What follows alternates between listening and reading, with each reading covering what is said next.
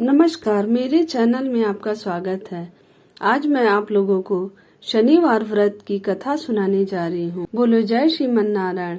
शनि देव को ग्रहों का राजा कहा जाता है। भगवान भोलेनाथ ने इन्हें न्याय के देवता की उपाधि दी है।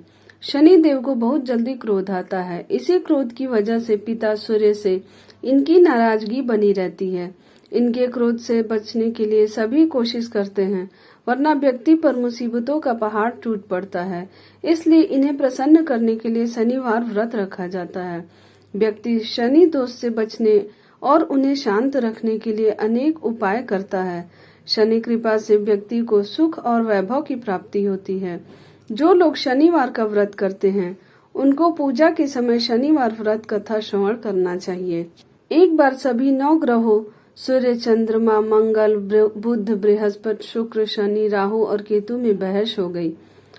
कौन सबसे बड़ा है? आपस में लड़ने के बाद सभी देवराज इंद्र के पास पहुंच गए। इंद्र असमंजस की स्थिति में निर्णय नहीं दे पाए, परंतु उन्होंने सभी ग्रहों को सुझाव दिया कि पृथ्वी पर राजा विक्रमादित्य ही इसका फैसला कर सकते हैं, क्योंकि वो बहुत ही न्यायप्रिय राजा हैं।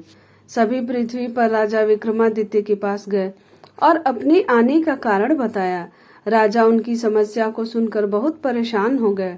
उनका चिंतित होना लाजमी था, क्योंकि जिसको भी किसी से छोटा बताया तो वही गुस्सा कर जाएगा। राजा की काफी सोच विचार के बाद उन्हें एक उपाय सूझा। उन्होंने स्वर्ण, रजत, कांस्य, पीतल, शीशा, रांगा, जस्ता, अबरक और लौह से 9 सिंहासन बनवाए। उन्हें उपयुक्त क्रम में रख दिया गया। सबसे निवेदन किया गया कि क्रमानुसार सिंहासन पर आसन ग्रहण करें।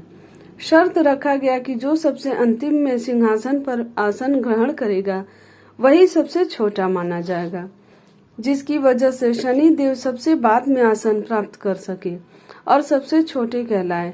क्रोध के आवेश में आकर शनि देव ने सोचा कि राजा ने यह सब जानबूझकर किया है। कुपित होकर राजा से कहा कि राजा, तू मुझे नहीं जानता।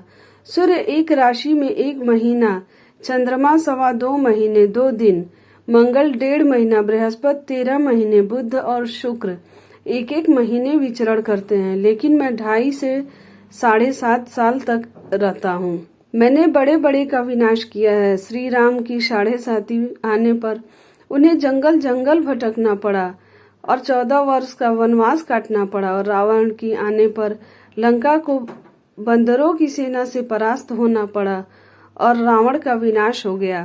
क्रोधित शनि देव ने राजा से कहा कि अब आपको सावधान रहने की जरूरत है। इतना कहकर शनि देव कुपित अवस्था में वहां से चले गए। समय गुजरता गया और काल चक्र का पहिया घूमते हुए राजा की 7.5 आ ही गई। तब शनि देव घोड़ों का सौदागर बनकर राजा के राज्य में गए।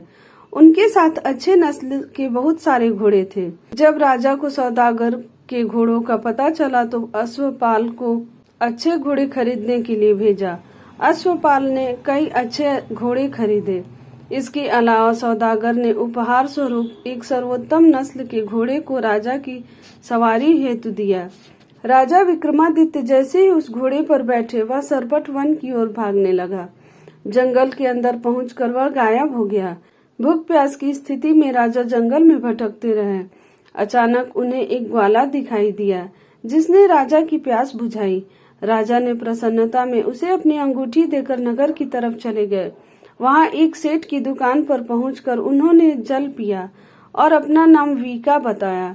भाग्यवश उस दिन सेठ की खूब आमदनी हुई। सेठ खुश होकर उन्हें अपने साथ घर लेकर गया। सेठ के घर में खूंटी पर एक हार टंगा था, जिसको खूंटी निगल रही थी। कुछ ही देर में हार पूरी तरह से गायब हो गई। सेठ वापस आया तो हार गायब था। उसे लगा कि वीका ने ही उसे चुराया है। सेठ ने वीका को कोतवाल से पकड़वा दिया और दंड स्वरूप राजा उसे चोर समझकर हाथ पैर कटवा दिया। अपंग अवस्था में उसे नगर के बाहर फेंक दिया गया। तभी वहां से एक तेली निकल रहा था, जिसको वीका पर दया आ गई। उसने वीका को अपनी गाड़ी में बैठा लिया। वीका अपनी जीभ से बैलों को हाँकने लगा। कुछ समय पश्चात राजा की शनि दशा समाप्त हो गई। वर्षा काल आने पर वीका मल्हार गाने लगा। एक नगर की राजकुमारी मन भावनी ने मल्हार सुनकर मन ही मन प्रण कर लिया कि जो भी इस राग को गा रहा है वो उसी से ही विवाह करेगी।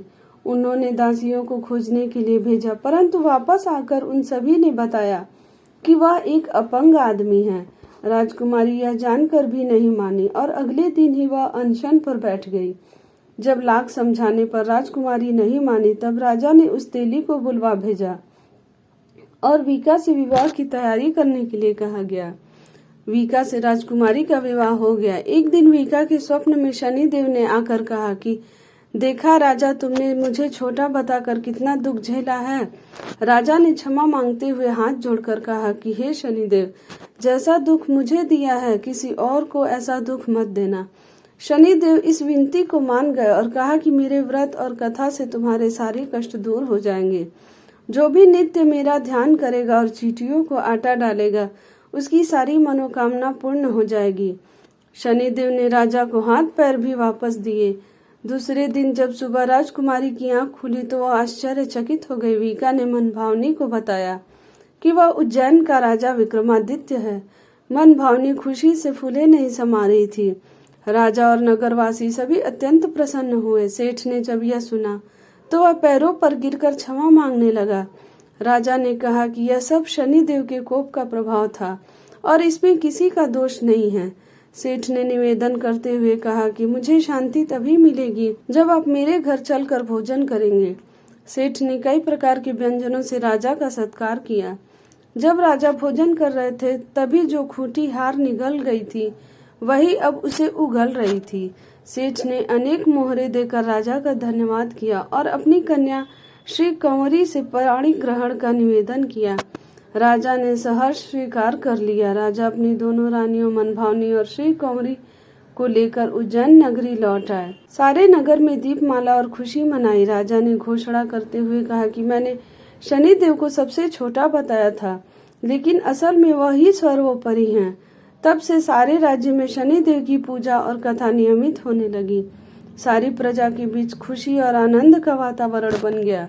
शनिदेव के व्रत की कथा को जो भी सुनता है उसके सारे दुख दूर हो जाते हैं। इसलिए शनिवार व्रत के दिन इस कथा को अवश्य सुनना चाहिए। एक समय की बात है, भगवान सूर्य के पुत्र शनि बचपन में बहुत सुंदर थे और तेजस्वी थे। इनकी सुंदरता को देखते हुए गंधर्व ने अपनी पुत्री कंकाली के साथ शनिदेव का विवाह करा दिया। लेकिन अत्यंत सुंदर होने के कारण इंद्र की सभा के अप्सरा अक्सर उन्हें देखने जाया करती थी।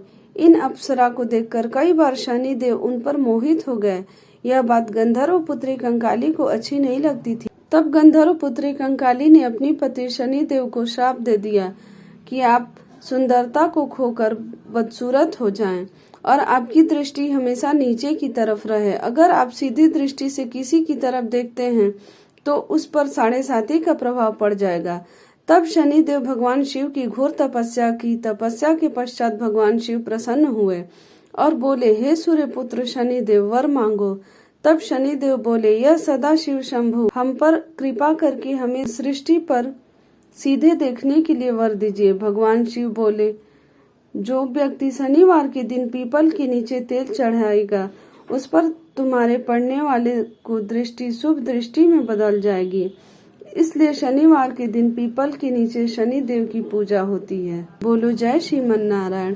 अगर आपको मेरी यह कथा अच्छी लगी हो तो मेरे चैनल को लाइक करें, सब्सक्राइब करें, शेयर करें और कमेंट में जय श्रीमन नारायण जरूर लिखें।